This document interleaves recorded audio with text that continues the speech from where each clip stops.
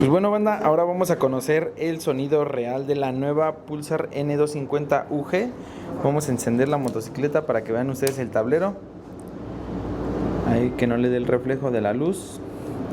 Vamos a activar el cortacorriente y vamos a escucharlo, banda.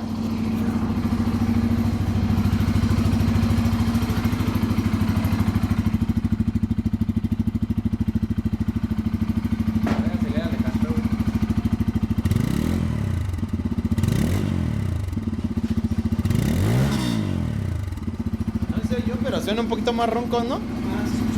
Se escucha un poquito más ronco, banda, pero es muy similar a la versión anterior. Si quieres ver cómo se configuran los modos de manejo, sígueme aquí y en mi Instagram.